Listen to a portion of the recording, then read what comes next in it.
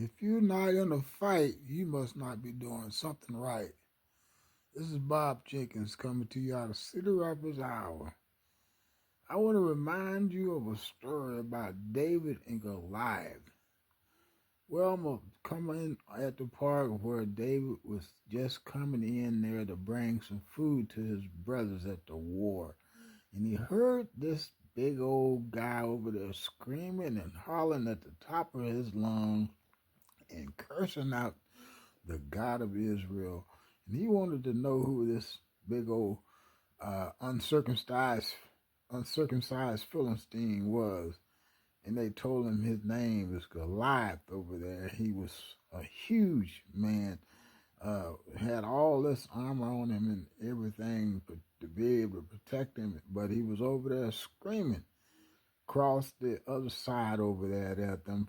He had been over there for quite a while doing all of this. And David was wondering who this big old guy was that was cursing out the God of Israel over there. David wanted to take this joker out. And so finally they let David at him. When he saw David over there, he says, "Who is this? What am I, a dog that you would send this to me?"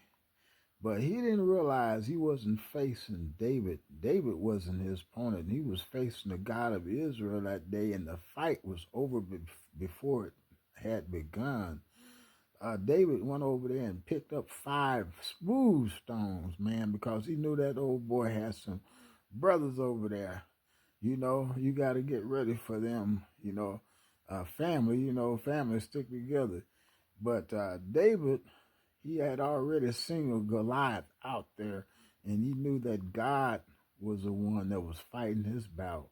And so when David put that smooth stone in that slingshot and began to spin that thing, it was just like you probably, if it was a such thing as an airplane back then, you could hear that thing spinning.